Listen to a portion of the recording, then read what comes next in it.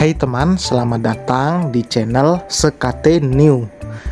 Jangan lupa pada teman-teman untuk like, komen, dan subscribe supaya tidak ketinggalan update dari channel ini. Mimin ucapkan terima kasih. Selamat menyaksikan. CEO angkuh bab 80. Langsung saja menemani istirahat malamnya, kita mulai. Apa yang harus aku lakuin biar kamu percaya? Aku menyesal. Aku mau berubah. Gak bisakah kamu kasih aku kesempatan? Fikra bicara dengan suara lirih, merasa putus asa.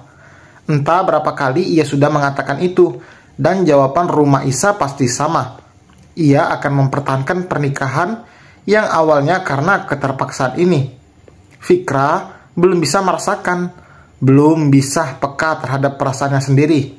Saat Rumah Isa ada di sisinya, tidak pernah dianggap.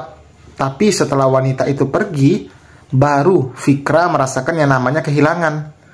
Bagi Fikra ini lebih menyakitkan daripada jika kehilangan Kiana. Karena jika Rumah Isa pergi, Fikra otomatis kehilangan dua orang, istri dan juga anaknya. Kesempatan, iya. Yakin gak bakalan ngulangi kesalahan yang sama atau membuat kesalahan lainnya? Fikra diam, tidak langsung menjawab. Kalau untuk membuat kesalahan lainnya mungkin bisa saja dilakukan, karena memang namanya manusia tempatnya salah. Kenapa diam, Mas? Fikra menarik napas dalam-dalam. Iya, aku yakin. Kalau memang aku melakukan kesalahan lagi, aku bakalan terima apapun yang akan kamu lakukan. Buktikan kalau kamu gak main-main sama ucapan kamu. Sebelah alis Fikra terangkat. Kamu mau bukti kayak apa biar percaya? Menurut kamu, apa yang bisa bikin aku percaya? Bukannya menjawab, tapi Rumah Isa malah balik melayangkan pertanyaan pada suaminya itu. Fikra mengurut pangkal hidungnya yang terasa berdenyut. Setelah membuat masalah, sekarang ia diberikan teka-teki, harus mencari tahu sendiri apa yang kira-kira bisa menjadi bukti jika dirinya memang menyesal dan ingin memperbaiki semuanya. Padahal Fikra merasa dirinya sudah memperlihatkan penyesalannya. Bahkan tidak tanggung-tanggung melaporkan Kiana pada polisi. Padahal sebelumnya ia selalu mengutamakan wanita itu. Sekarang rasanya sudah memudar seiring datangnya kebencian karena sikap Kiana yang sungguh membuat Fikra naik pitam. Jangan laporin Kiana ke polisi. Fikra terhenyak mendengar permintaan Rumah Isa yang menurutnya sangat tidak bagus itu. Bagaimana mungkin Fikra tidak melaporkan Kiana saat keberadaan wanita itu sudah pasti akan mengancam Rumah Isa. Kiana itu keras kepala dan memiliki obsesi tinggi. Jika saja tidak dilakukan, hal ini sudah pasti ia akan kembali mengincar Rumah Isa dan tidak mengindahkan ancaman Fikra. Kenapa? Kamu mau lepas tanggung jawab dari jagain aku? Pertanyaan dari Rumah Isa membuat Fikra mengernyit heran. Maksudnya lepas tanggung jawab gimana? Dengan kamu laporin Kiana ke polisi itu berarti kamu bebas tugas jagain aku dari jangkauan dia. Tapi terserah sih, kalau memang itu mau kamu, aku mau istirahat. Belum sempat Fikra bicara, panggilan telepon itu sudah terputus.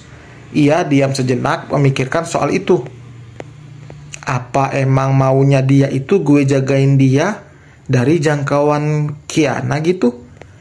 Emang iya sih, kalau Kiana di penjara tugas gue apaan? Sedangkan Rum lihat gue aja gak bisa. Fikra menghela napas panjang, bersandar pada pilar gazebo. Ia merupakan sebuah tantangan juga. Mungkin Rumah Isa ingin menguji Fikra, karena baginya tidak akan mudah menerima kembali lelaki yang sudah menyakiti dirinya.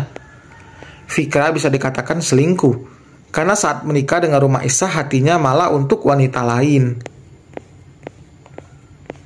Kiana menunggu dengan perasaan gelisah.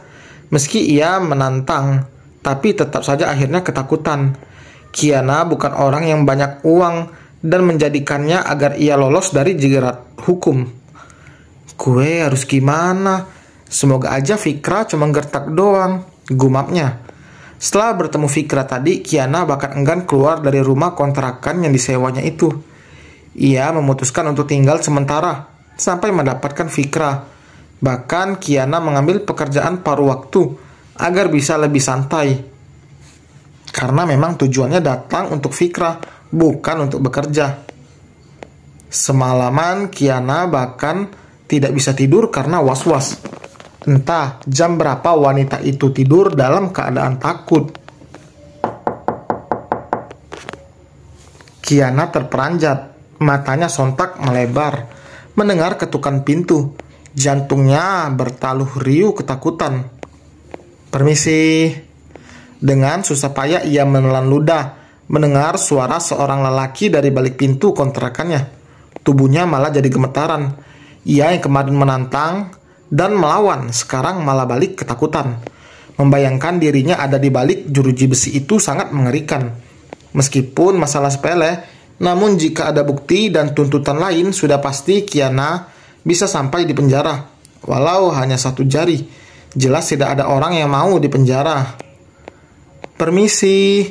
Panggilan kedua terdengar lebih keras. Kiana berdiri dengan kaki gemetar, langkahnya berayun dengan gontai untuk membukakan pintu. Ia menarik napas dalam-dalam sebelum menarik daun pintu. Maaf, Mbak Kiana ya? Ini paketnya kemarin belum sempat diantar karena terlalu malam.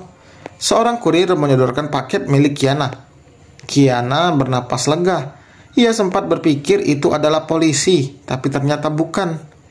Ia tidak tahu saja jika Fikra mengurungkan niat untuk melaporkan Kiana atas permintaan Rumah Isa.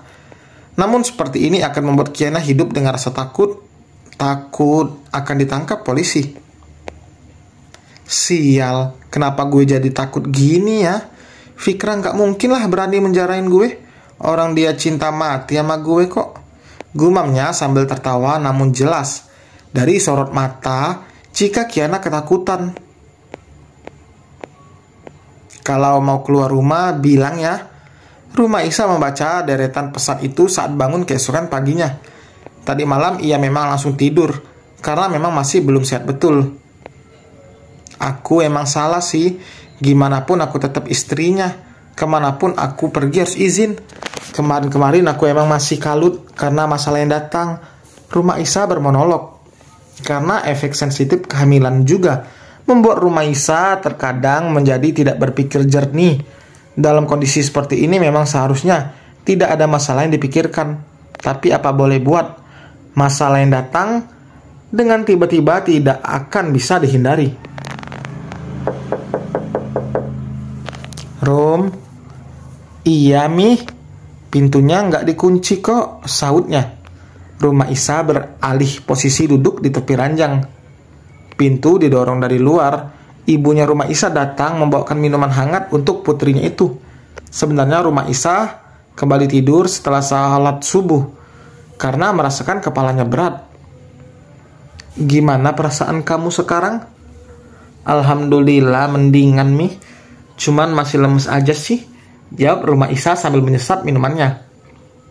Semalaman Fikra tidur di luar, gak pakai selimut lagi. Rumah Isa langsung tersendak mendengar itu. Ia berpikir Fikra akan pulang tadi malam. Ternyata tidak.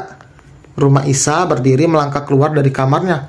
Baru di ambang pintu, ia bisa melihat Fikra yang tertidur di sofa ruang keluarga. Jaraknya dekat dari kamar Rumah Isa. Entah kebetulan atau tidak, untuk kali ini Rumah Isa bahkan tidak merasakan mual.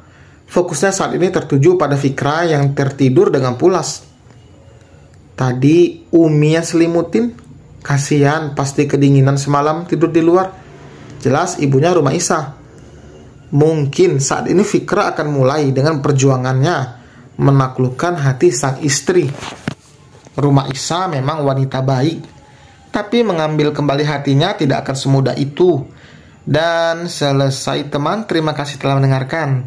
Oh iya, mohon idenya teman untuk cerita apa novel baru ini yang mau Mimin buat.